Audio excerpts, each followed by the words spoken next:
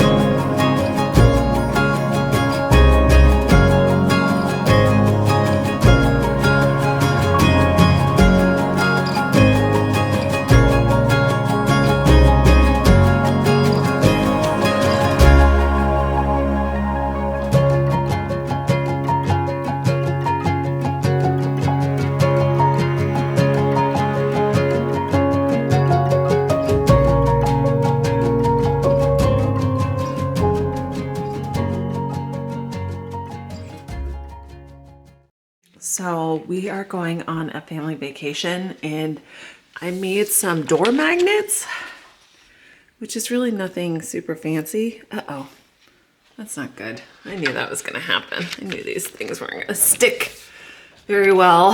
I'm gonna have to use some different glue. Anyway, so I made these. These are for personal use only. I'm not selling them or making them for anybody else. But what it is just I just printed the picture and I laminated it, put some magnets on the back, and then we are having a special little stitch thing. And while we're gone, my oldest is actually going to be turning 10. I thought they were pretty fun, so I printed off separately the hibiscus and the leaves. I don't know. I know I haven't shared anything, but this is kind of what I've been working on. I wouldn't really say it's art, but it's definitely DIY type of stuff, but I thought it was fun and to share with you. Look at Stitch, so cute.